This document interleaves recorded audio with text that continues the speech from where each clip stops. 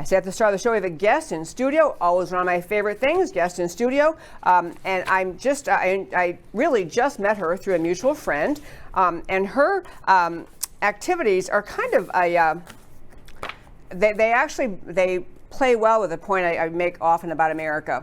The American left gets political power by telling the American people that their fellow citizens will never help them by pitting Americans against each other, putting Americans into silos based on race, ethnicity, national origin, gender, and the constant effort of the American left is to divide Americans and to convince Americans that your fellow Americans won't help you, nobody's going to help you, and that what you really need is more government, bigger government, more government control of everything, and this somehow is the only path toward having America solve the problems facing us. What I always tell you is America is overflowing with good, noble, moral people who do the right thing all the time when no one's looking, who are generous, who are kind-hearted, who do things they don't have to do in their lives. They could just live their private lives, go to work, come home, take care of the kids, pay the mortgage, and march on the next day. But America is filled in the millions of people who are good, noble people who work very hard to help other people who are just stumbling and struggling in life, to help America's culture and society. And who we have joining us today is one of those people, Toni Brinker. So, Toni, welcome to my show. Oh, I'm delighted to be here. I'm so glad you're here. Okay, well, I mentioned before we got on air, you sent me a lot of information. And so I want to first have you just in a broad way tell our listeners about listeners, we're going to hear about her philanthropy. That's what I want her to start with. But just basically, the organization you founded that is now, you're now calling it One Community USA. But I'd love you to just tell the overarching view. Why did you get started doing this? I'll go back to the beginning. That was in 2014. I happened to have been in New York on a very small street, and I saw TV cameras at either end of the street. At about 10 o'clock in the morning, I'm wondering why people are going up and down the street marching. And in 14, I had never heard, "What do you want? Dead cops. When do you want them? Right now." Oh. So I actually, that was my exact reaction. It was like, good grief, this can't possibly be true. I went, turned on the TV, and sure enough, that is what was being broadcasted. I was in New York now, mind you. I called our mayor and our police chief, called the chief first, and I said to him, his name is David Brown, I said, "Chief, I'm up here in New York. This makes no sense to me. People who live in this community, why is this happening? And oh, by the way, Chief, you're a great chief of police of a great city and a great state. Even though this is New York, what are you going to do?" And he said, "What am I going to do?" And I said, "Sure, I'm telling you that there's a problem." I said, "I understand we've had Trayvon Martin, and I understand that we've had 5 months of Ferguson and all of the residual effects on that. But Chief, you need to get up here and do something about it, because I think this is going to spread all over the United States." And again, he asked me what I was going to do, and I went, "Oh, Chief, have no idea. I'll call you back." So I called the mayor, said, "Mayor, Toni Brinker, I'm up here," recited the whole thing. He said, "Well, what are you going to do?" It's like, "Did you just talk to the police chief?" "Nope." And I said, "I'm not sure what I'm going to do. I'll call you back." So that is the genesis. It was realizing that we had a problem in the United States, and me, a very naive person at that point in my life, thought, I've got to figure out what's going on. So I spent the next 2.5 years circling the country, and that means by going to underserved communities, visiting prisons, visiting with police departments, visiting all the what you would call ghettos that I could find, but visiting with people of affluence and also visiting with people who have lived in underserved communities. The one thing that I found is that at this point in time in 2014 now through 16, that there was an uneasiness in the country, and that racial issues were beginning to really take a stronghold, and that people did not feel safe. They did not feel safe not only in their city but also on their streets. And I knew that this as a whole was going to be pulling our great country apart. That's when I made the decision, I've got to do something. Okay, I like that background. I'm going to quick share with our listeners because we're going to be playing a few clips so you can see more firsthand of what her organization does. But Toni Brinker founded in 2015 Operation Blue Shield, now doing business as One Community USA. It's a 501c3. It's basically designed to create or to help to create unity in communities, building bridges of trust between ordinary citizens and law enforcement and first responders. And they, all these great words that last night I started researching this online. These just wonderful, beautiful thoughts. But, I was emailing Toni late saying, but tell me something specific. Like, what have you been doing? And honestly, my inbox was loaded with specific things this morning. So now I'm going to share some of them with you because everyone, I think, wants unity and they don't want to think our country is so divided and they don't want to think that there's no path forward. But your organization is trying to really do something specific. I'm going to hit some of those specifics in a moment. But this whole idea of the issues in which you can help to create sustainable economic opportunities, better life for people, helping people getting out of prisons, building neighborhoods of opportunity. These are all ways to go something beyond just lamenting the difficulties in America. And so I want to start with one clip. And this one is, I'm going to start with the very first one, Matt. The very first one I sent you is a clip related to one thing that Toni Brinker's organization does. In recent months, some have lost faith and trust in those who protect us.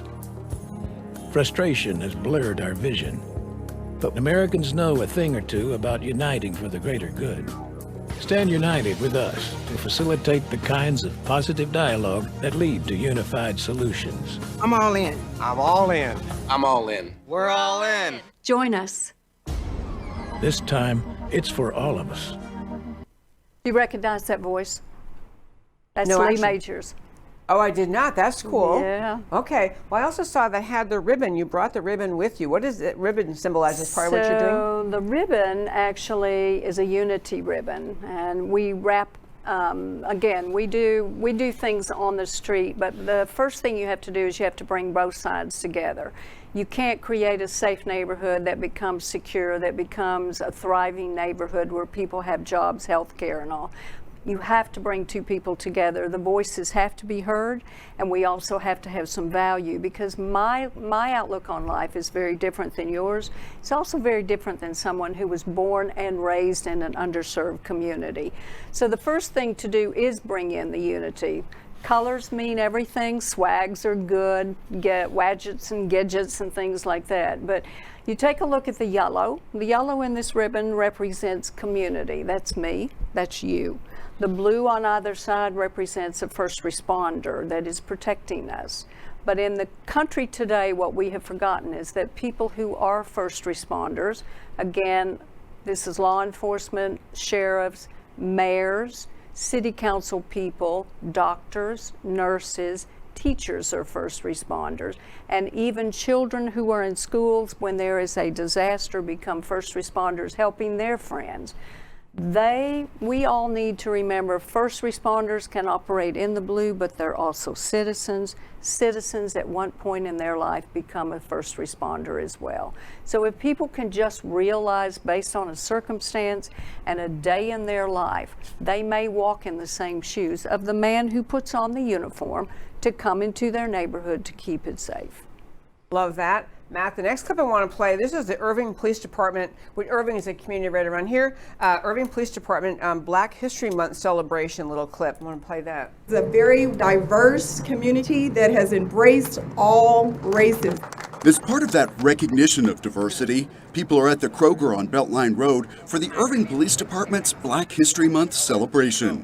An opportunity for us to come together as a community, as a city, as a police department, and truly celebrate what our connection is with our African American community. And really, foundationally, that starts with our Shop Talk program. Barbershops played a vital role in the cultural and economic development of African American communities. And building on that role, Irving Police Officer John Plunkett led the way in establishing Shop Talk back in 2016. The program provides a chance for officers to build relationships and have candid conversations. And the whole goal of this here is to build that unity, build a unity in the community between the police and the African American community. Okay, so tell me what Shop Talk is. Shop Talk is a program that focuses again in the African American community. What we do is we are supporting African American owned businesses.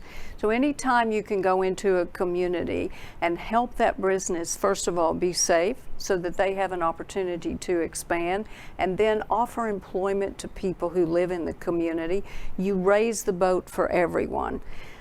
The only way you can do that, though, is to bring in the side that will help with creating safety, and that is our first responders that you saw in the clip.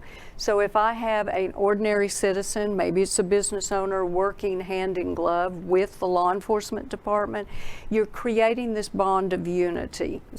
But it's actionable bond. We have events. We actually work with people where we will have, say, a barbershop owner who we become in this particular program, which again is what we call boots on the ground. He then becomes an ambassador in his community. He gets other people involved. During the height of COVID, our barbershop owners reached out to us and said, Mrs. Brinker, we've got people in our neighborhood who need help. And I said, help? I mean, you have no job, you have no money coming in, and there are people, he said, worse off than we are. And I said, my gosh, please tell me about it. He said, they don't have food. We have friends who are selling their cars so that they can get enough money to buy food to feed their family. And I said, well, this is what we're gonna do. We're gonna build a bridge of trust. I want you to vet families. We'll do 20 to 50 at a time. I don't want to do 3,000. But in that vetting process, make sure that you are aware that they actually need the food.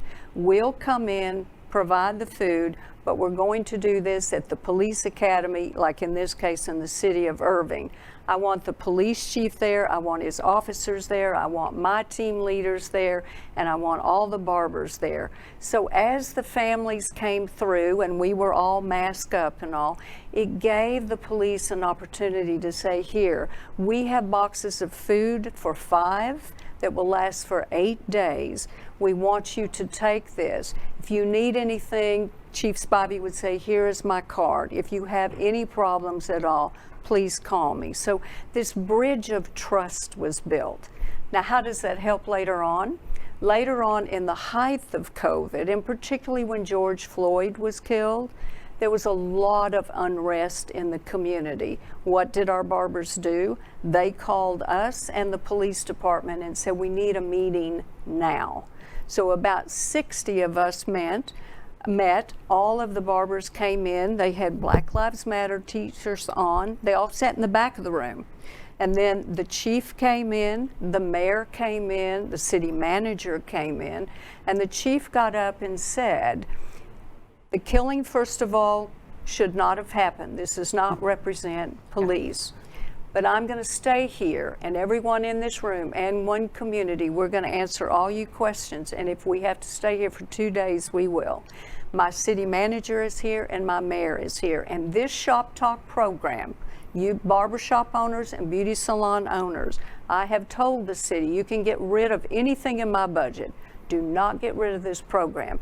Now let's talk about what happened. We were there for about 2.5 hours.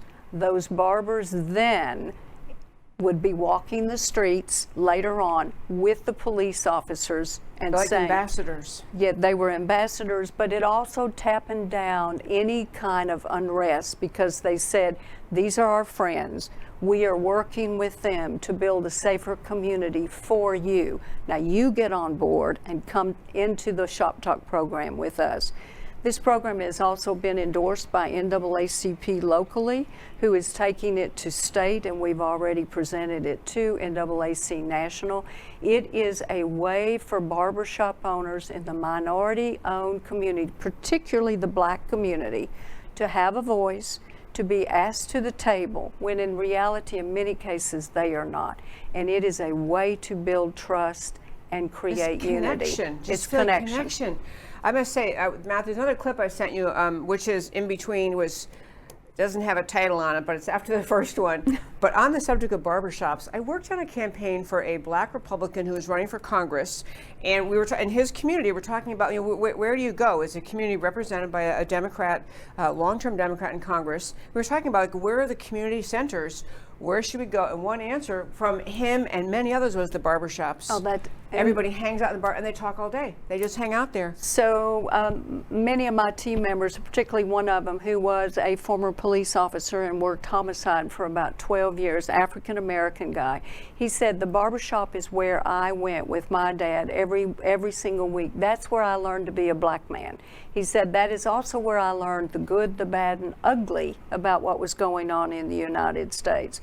So for us, of course, we call ourselves the Switzerland of nonprofits because we represent the community as well as our first responders. Yeah. So integrating everyone together in programs that also reach into the community to help others creates ambassadors, it creates mentorships. We also identify, the barbers do, a young person who then is mentored by, guess what, a barbershop owner, a police officer, one of my team members. They help that person apply to an accredited trade school or a university. We pay the scholarship there rather than giving it. Sometimes you can't give a lot of money into a community. In some families, we would rather it go to the school. So the barbershop owners then become the heroes in their community. Well, you know what else? All that you're doing, it humanizes the other. It humanizes if you're a citizen and you've just always been taught to distrust the police.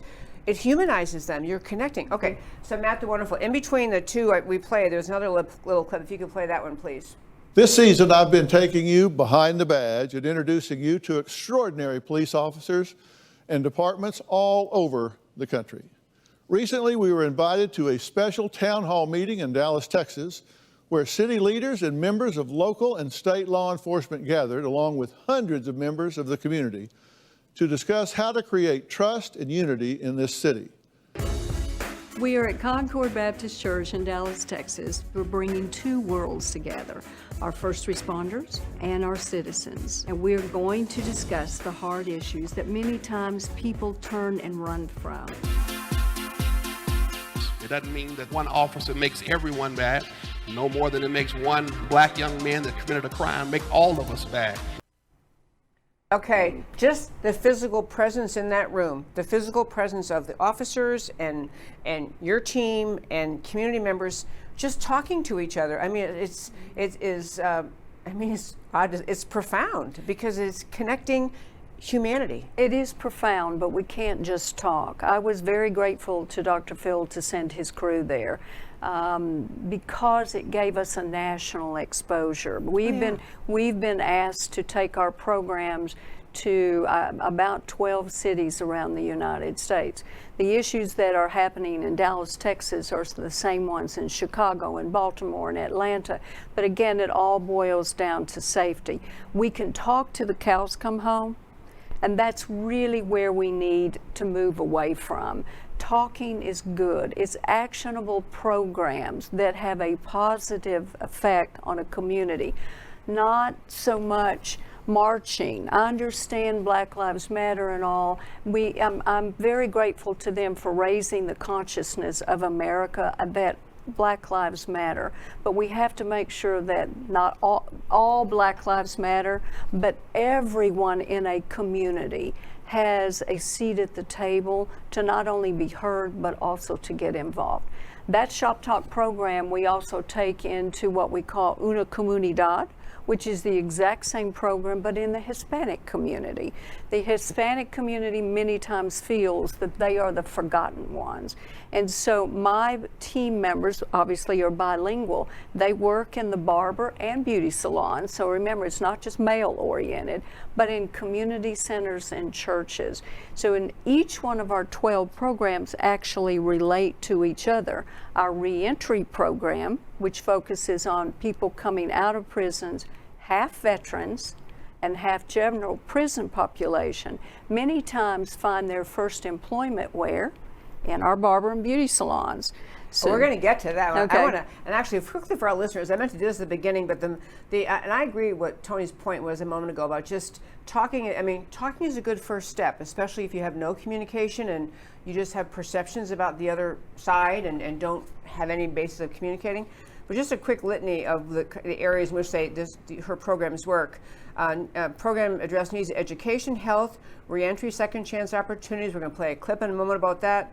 Military and civilian civic engagement, safety and citizen advocacy, evidence-based programs, engaging citizens with law enforcement, first responders. This is just it's so, I don't know what, it's so fundamentally American and human and healthy and normal to build a more connected community. But the next thing I sent to Matt, this program, I don't know why this about melts my heart, but this is a program among Toni Brinker's many programs, which is trying to help people re-enter society, either leaving the military or prison. We have a quick clip on that, and then we'll talk about that. The program is going to help prepare ex-offenders, both military and civilian, for successful and sustainable re-entry into family, community, and the workplace. Self-improvement and mental health resources are available, along with housing and job assistance. We've already seen in some of our programs our recidivism rate drop from 70% down to 22%. Well, we want to drive that down even into single digits. And our message is to the community, is that these people will be our neighbors again, and we want to set the table for success as best we can so they don't come back here. Pathways to Hope is in partnership with nonprofit One Community USA. And that is Toni Brinker's organization. So I would love if you talk a little bit more about that. Like you mentioned, the people get up, many of them find jobs in the barber shops and beauty shops that work with you. And so how's that whole process going? Well, the whole thing is actually going quite well. Hats off to Sheriff Wayburn, because it took him about 20 minutes when I came over to him and I said, I have this great idea. I'd like to see if you would jump on board. So not only is his department, the Sheriff's Department, on board, but the Fort Worth Police Department is on board as well. What makes this reentry very different than others is a multitude of things, but one of them is that there's strong mentorship from the 40-hour prerequisite program that allows you to go into an 18-month-long program. But your mentors many times are first responders. So what about the officer that may be arrested dad? And dad has been in jail now for 5 or 6 years, and he is coming back out into society. He's missed a lot of life, okay? There's a lot of things that have happened. I mean, we've got people who are coming back and they've never even had a cell phone. When they went in, there was no cell phones. They're coming out and there's now cell phones. So how do you integrate back into society? So you've got to have the ability not only to have transportation and housing and a place to live, but you've got to have life skills. And if you have a mentor that walks with you that whole time, what if it were the guy that arrested you, who said, I want to mentor you? So now mom and the kids see the last person that they saw that took their father away is the guy who's now saying, I'm going to help your dad get reintegrated back into society. That changes the dynamics in a family, because in many of the prisons that I've gone to, we've said, well, you've been here for how long? Well, I've been here for 3 or 4 years now. Where's your father? Well, my father's over in the Estes unit over here. My grandfather's over here. So people that don't have some of the great opportunities that maybe you do or I do, they live in a world sometimes that is absolutely just beating them down beyond belief. We're there to help them, extend a hand and help them up. If I can do that and also have quantitative and qualitative data that shows that we are not only changing attitudes, like in Shop Talk, decreasing crime in that neighborhood when everyone comes together and police officers are going in and out of the shop, doing roll call or playing chess with the kids or reading with them, all of those things have a tendency to drive crime down. Back to reentry, we're also working on the post-adjudication side, which would mean that someone's coming back in and they're on paper, coming back out of to the real world. They're on parole. We now got a couple of judges who are saying, we like this program a lot, and if this person does complete this program, we will work with them on their parole. So you give them the life skills to come back into society, be an ambassador, work with the first responder, then you learn that safe neighborhoods only happen when citizens, first responders come together. There are no other groups that have to come together, those two. You cannot police a neighborhood safe without the help of the community, and the community cannot make itself without the help of first responders. Toni Brinker, this is an amazing thing. Again, your program it was called Operation Blue Shield, now doing business as One Community USA. Last question for today. So you are hoping to build this in Dallas even more and then spread it around the country. Is that right? Tell us your vision there. That's correct. I've got requests seriously to go to probably about 12 other cities. I've had governors who have called. So keep in mind that 2.5 years I spent talking to governors, AGs. I spoke to the Republican, actually, attorney generals, and said, you need to understand the power of law is integrated into these programs, but our goal is to create economic development, which is what everyone says. On the streets of Baltimore, people are angry that I've talked to and said, if we only had a job, if we only had better education. Well, what we have to do is start from within that community, bring people together by getting them involved. Then that change is sustainable. But all groups change. Law enforcement is changing. They know they need to change. So does the community. There's bad on both sides, but there's a lot of good on both sides. Bring the two together, you got a win-win for everyone. I love that. Toni Brinker, thank you so much for coming in today. This was just great. Thank you. My pleasure.